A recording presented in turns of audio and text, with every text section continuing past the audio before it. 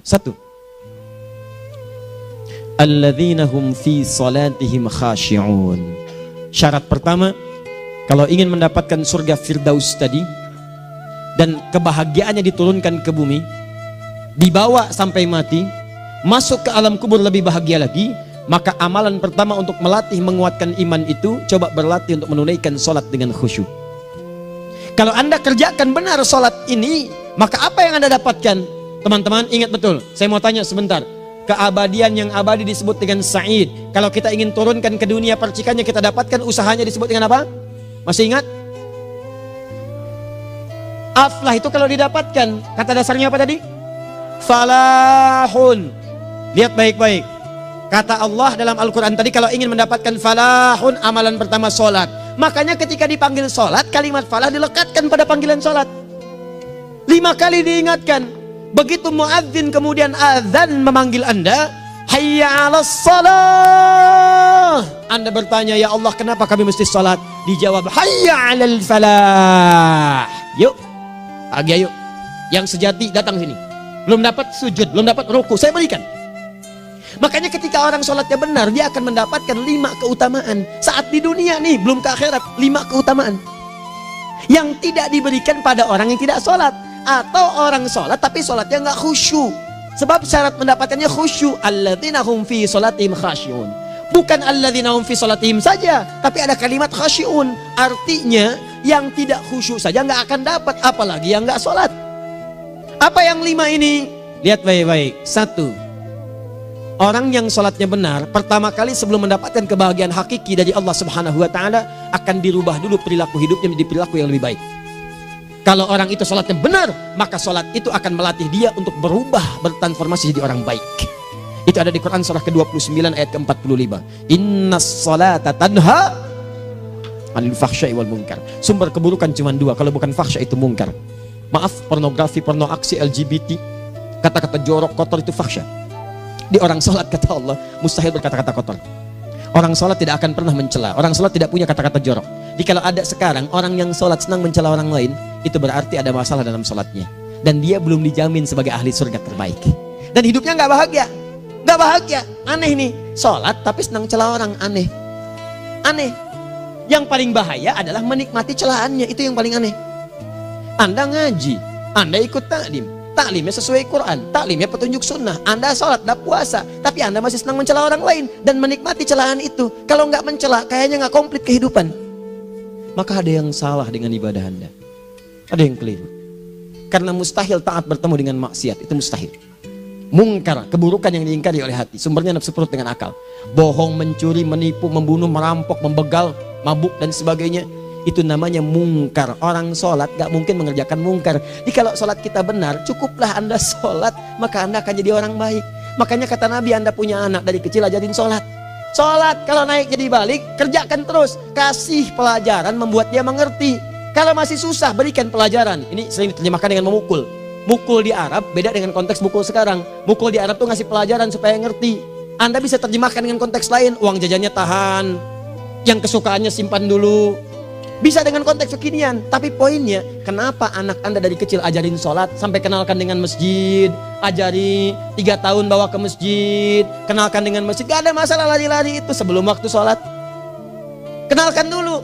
Dulu orang-orang tuh begitu, sebelum waktunya dikenalkan, jalan, begitu lari, biarin dulu.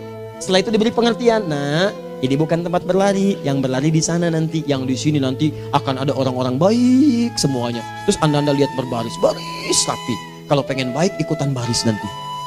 Terus nanti ada yang mimpin di depan, namanya imam.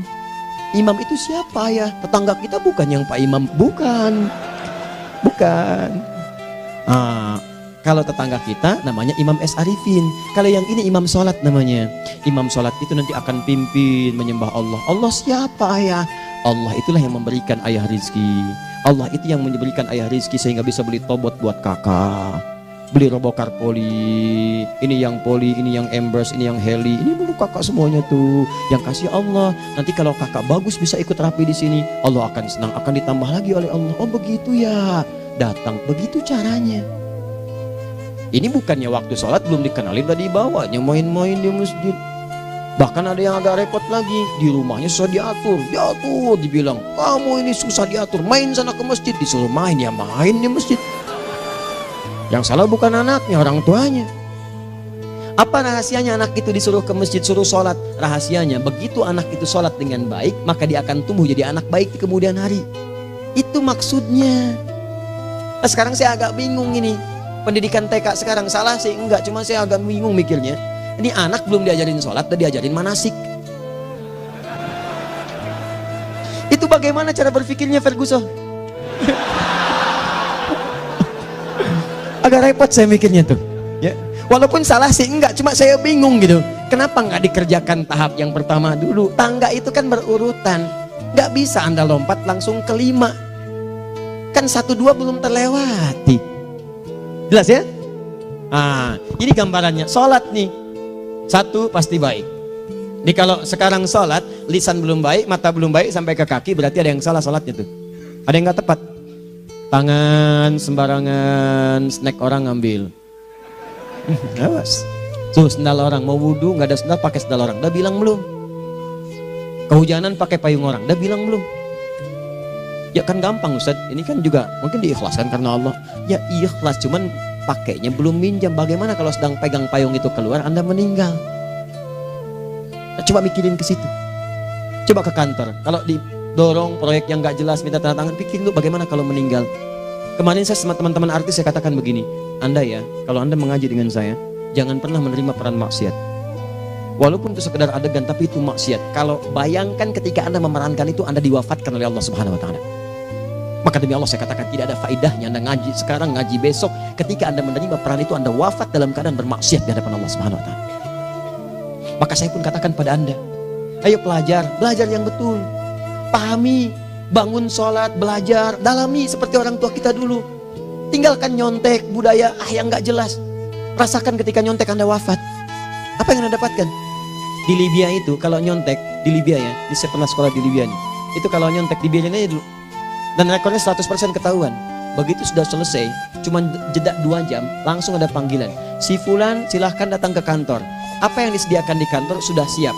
Anda diberi waktu 2 jam dari sekarang, siapkan beres-beres koper Anda. Di sini tertulis Anda akan pulang. Tiketnya sudah lengkap, dikawal 2 orang. Dituliskan di situ anak ini nyontek gak boleh kembali ke sini. Libya. Gak ada zero tolerance bagi yang seperti itu, keluar. Kami gak terima di sini. Harusnya begitu. Gak ada faedahnya. Yang kita butuhkan amalan dari ilmu, bukan nilai-nilai itu sementara. Gak ada. Sudah.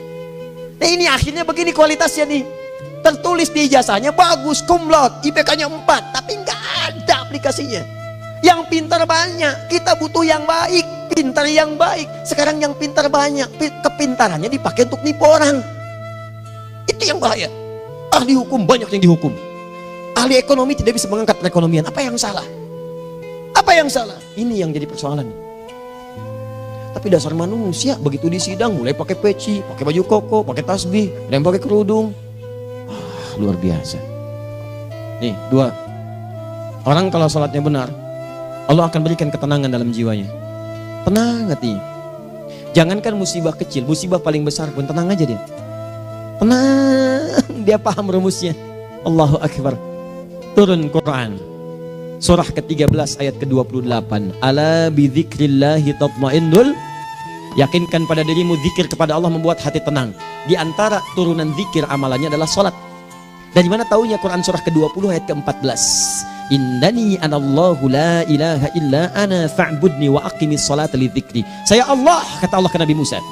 Tidak ada Tuhan selain saya, sembah saya. Bagaimana menyembahmu ya Allah? Tunaikan salat sebagai zikir kepada saya, zikir. Nah, maka kalau Anda sedang tidak tenang, ayo ke masjid. Banyak zikir itu, baca Quran zikir. Quran surah 15 ayat 9. Inna nahnu nazzalna dzikra. Kami turunkan Al-Quran sebagai zikir. Jadi kalau Anda sedang baca Al-Quran, Anda sedang berzikir.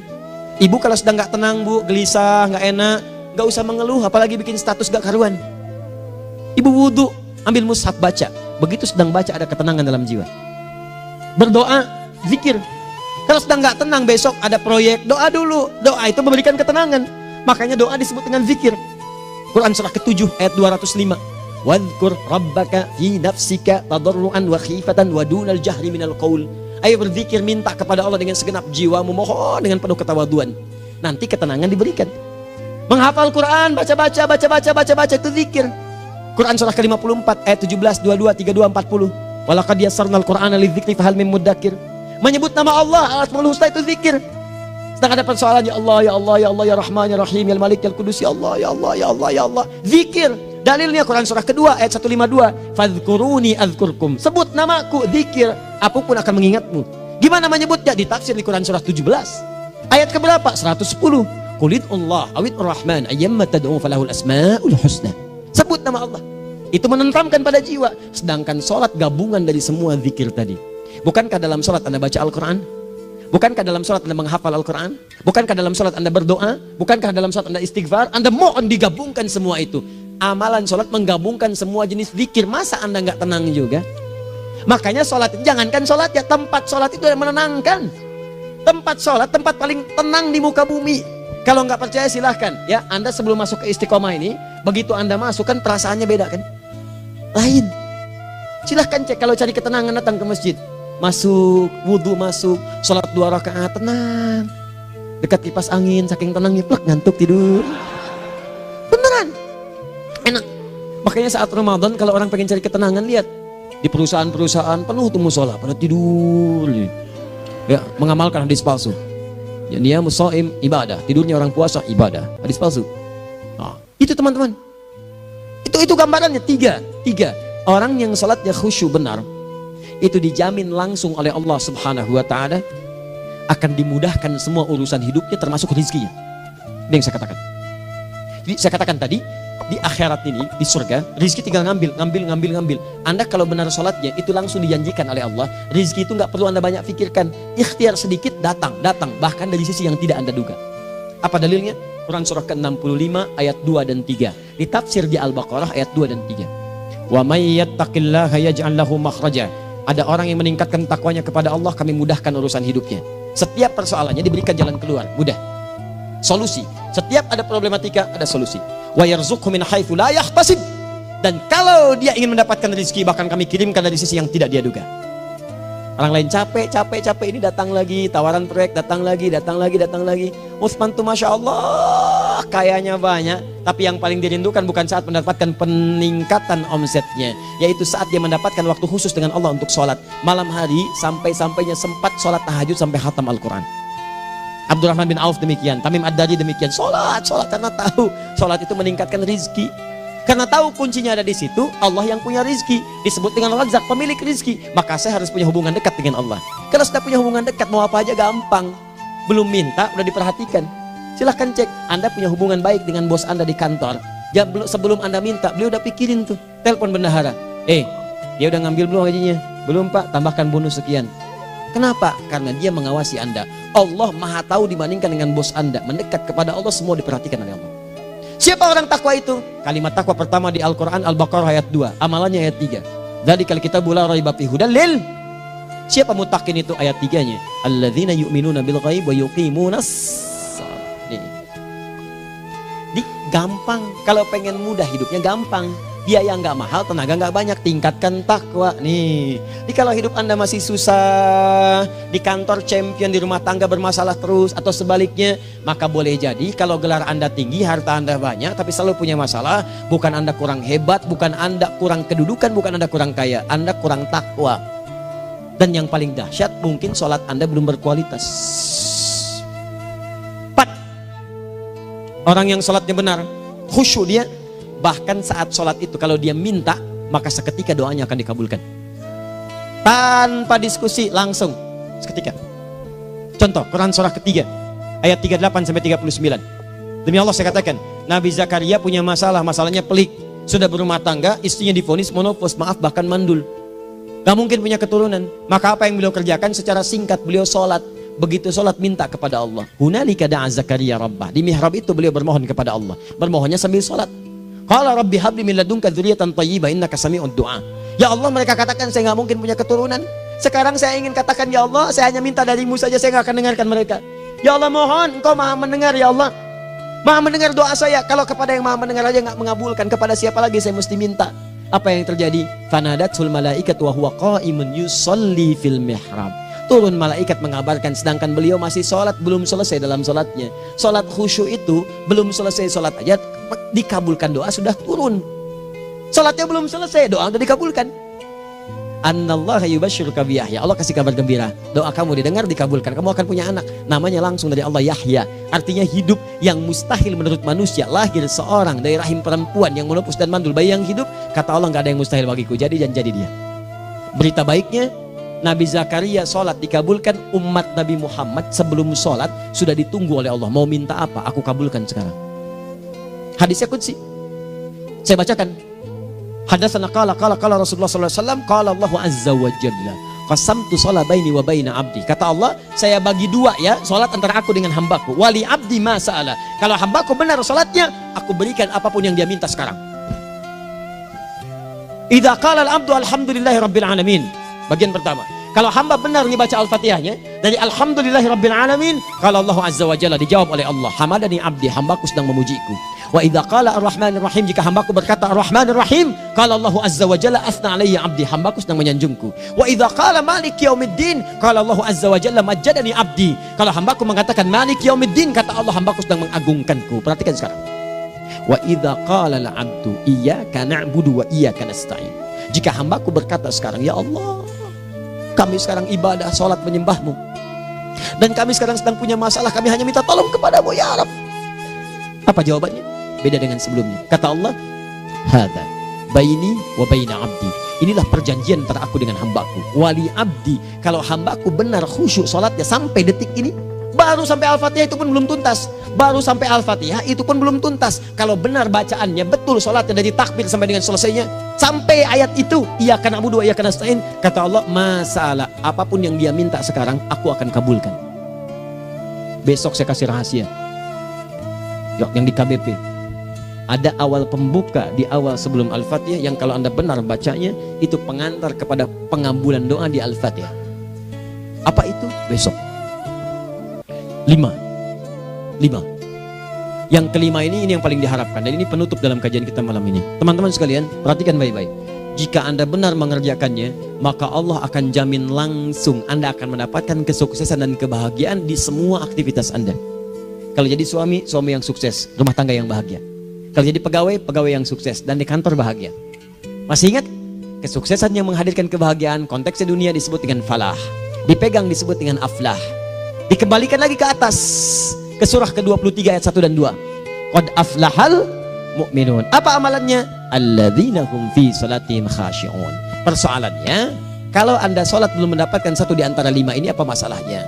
Pertama masalahnya, kata Al-Quran, boleh jadi yang sholat itu belum khusyuk. Apa itu khusyuk? 2 maknanya, dan saya tutup di sini. Apa yang 2 itu? 1, kebanyakan orang sholat masih membawa dunia dalam sholatnya. Makanya kalau pengen khusyuk, kata Allah, maka anda rasakan akan bertemu Allah. Rumusnya Quran surah kedua ayat 45 sampai 46. Rasakan secara singkat, mungkin itu sholat terakhir yang anda akan kerjakan dalam kehidupan. Mungkin di sholat itu anda wafat. Kata Allah, alladzina yadhunnuna annahum mulaqu rabbihim. Orang khusyuk itu sudah kelihatan dari sebelum sholat, dia sudah merasa persiapan menghadap Allah. Persiapan ke manusia aja, dia sudah siap-siap, mandi dulu, ganti pakaian, pakai parfum, macam-macam dan sebagainya, hanya memenuhi undangan manusia. Allah mengundang anda 5 kali dalam sehari. Ya maaf, mengabulkan doa anda, mencukupkan kebutuhan, menyembuhkan kalau sakit, disiapkan anda. Harusnya apa? Penampilan sempurna. Kata Quran, orang khusyuk itu kelihatan sebelum sholat, pakaiannya kelihatan. Quran surah 7 ayat 31, ya bani Adam khudhu zinatakum inda kulli masjid. Hai anak cucu Adam, kalau tiba panggilan dari masjid, kenakan pakaian terbaikmu. Di anak cucu Adam tuh kelihatan. Kalau orang khusyuk, begitu adzan kelihatan pakaiannya lain. Pakaiannya indah. Khudhu zinatakum, kenakan pakaian terbaikmu. Dipakai, bertemu Allah. Bertemu manusia aja pakaian bagus-bagus. Ini aneh ya, ada orang salah ibadah aja. Orang salah ibadah pakaiannya bagus-bagus. Lihat nih hari-hari tertentu, besok tuh orang mau ke tempat masing-masing tuh. Ada yang pakai jas, pakai dasi, pakai batik, pakai kebaya. Anaknya dibawa, dikuncir 2, bawa manisan macam-macam. Mau salah ibadah aja, tampilan bagus. Masa antum yang benar ibadahnya nggak bagus? Bedakan. Pakaian futsal, pakaian sholat ganti dengan yang sholat. Ini gimana pakaian sholat pakai pakaian futsal? Depannya gambar Messi, belakang Ronaldo. Ah, repot. Malaikatnya juga bilang, kamu salah baju, harusnya Luka Modric.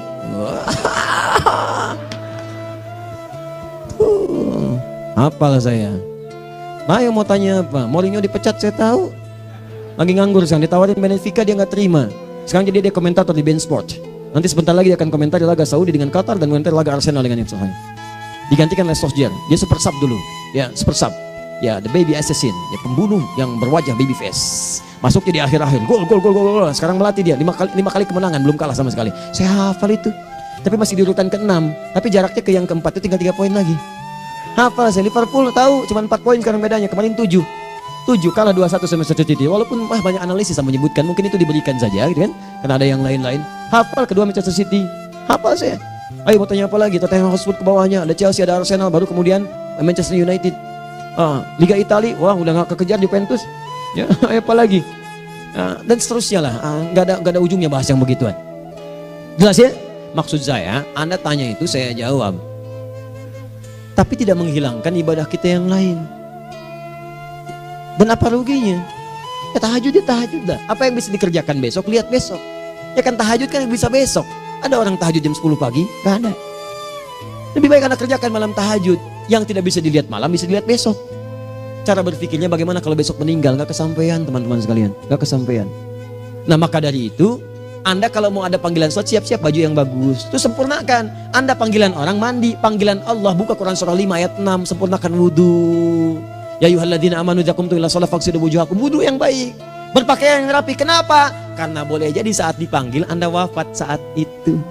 Maka wafat Anda dalam keadaan yang suci, dengan keadaan tobat, dengan pakaian terindah pada saat itu. Yang kedua, maaf, orang-orang kurang khusyuk itu saya tutup. Yang kedua itu karena kebanyakan orang sholat tidak paham, tidak mengerti apa yang dibaca dan dilakukan dalam sholatnya. Jujur pada diri sendiri, jawab pada diri Anda. Sampai sekarang Anda sholat, berapa persen bacaan sholat yang Anda pahami? Jangan-jangan selama ini Anda sholat ribuan kali sujud, ribuan kali ruku, gak ada yang paham yang dibaca. Sekian persen yang paham, bagaimana sholat Anda bisa khusyuk? Pekerjaan Anda dipahami, urusan akhirat Anda gak dipahami. Di mana cara berpikirnya? Aku yang bagaimana atau engkau yang harus bagaimana? Ya, coba berubah. Nah ini baru satu amalan, belum yang lainnya. Ada 5 amalan lagi yang kalau kita bisa turunkan itu, selain sholat yang khusyuk, maka jaminan tadi akan datang. Baru sholat khusyuk aja 5 datang, apalagi ditambah dengan 5 amalan lainnya lagi. Demi Allah saya katakan, dunia kecil sekali, gak ada nilainya. Akhirat aja enak, nikmat. Saya ketemu Ustaz Arifin beberapa waktu lalu, dan kita doakan semoga Allah berikan kesembuhan, kesehatan. Saya datang, biasa kita ada berdoa, duduk. Bang istirahat, bang butuh istirahat, umat udah nunggu. Dah gak usah mikir yang lain, karena beliau cerita masjid, cerita zikro, cerita mana. Ya insya Allah. Nitipin ini, nitipin itu dan seterusnya. Dan yang paling indah adalah, bang kita saling panggil weekend. Nikmat, gak ada yang senikmat ini. Zikir, Allah, doa. Nah bayangkan sakit tapi masih nikmat gitu. Nikmat. Iya bang, saya paham. Istirahat dulu. Banyakkan nanti orang jengkuk. Saya pamit dulu ya, supaya bisa istirahat, supaya tenang. Lama kita pegangan tangan, ngobrol, saling mendoakan. Itu nikmat. Dan cara berpikirnya kalau sudah pakai iman, semua nikmat. Ada uang nikmat, gak ada uang nikmat, sakit nikmat. Karena cara berpikirnya lain. Nanti kita bertemu lagi, saya terangkan pada Anda. Dan saya contohkan satu kisah. Bahkan ketika ada orang yang diuji Allah dengan ujian yang sangat luar biasa, yang menurut sementara orang itu ujian sangat luar biasa menggetarkan jiwanya dan susah untuk bertahan, tapi orang ini nikmat saja menjalaninya. Nikmat. Ada yang di rumah tangga, ada yang di macam-macam. Contohnya banyak. Satu contoh saya berikan di malam ini. Sekali suami istri, wah luar biasa. Istrinya itu cerewetnya Pak, bukan cuma cerewet, ngeselin bagi suaminya. Maaf Bu ya, bukan ibu maksudnya. Jadi semua yang dikerjakan suami salah. Pengen mangga, ayah kalau kita sekarang dibeli mangga. Kenapa mangga yang ini? Saya pengennya mangga yang lain. Belikan mangga. Kenapa beli mangga aja? Jeruknya mana? Jeruk. Semua. Pokoknya semua yang kerjakan suami salah. Tapi suami tidak pernah mengeluh. Ini kerjakan, itu kerjakan. Satu kali, perhatikan cara memandangnya. Ketika iman sudah masuk ke dalam jiwa. Kata temannya, akhi, istri kamu ini begini, nyusahin kamu. Kenapa kamu gak cari yang lain? Kan gampang ada syariat. Udah pisahin aja, cari yang lain. Kamu tenang ibadah. Apa jawabannya? Hey, Allah sudah turunkan surga ke saya lewat dia. Kenapa kamu meminta saya untuk menjauhinya dan meninggalkan surga saya? Di cara melihat dia, bukankah ketika ada berbagai keluhan saya sabar? Bukankah sabar mendekatkan saya ke surga? Allah kirimkan tipikal istri seperti ini supaya mendekatkan saya ke surga. Dengan itu kan saya banyak pahala. Saya sabar, pahala banyak. Sudah Allah berikan pahala kepada saya. Kamu malah nyuruh saya untuk berpisah dengan pahala itu. Perhatikan cara berpikirnya. Indah. Kalau rumah tangga seperti ini semuanya enak gitu.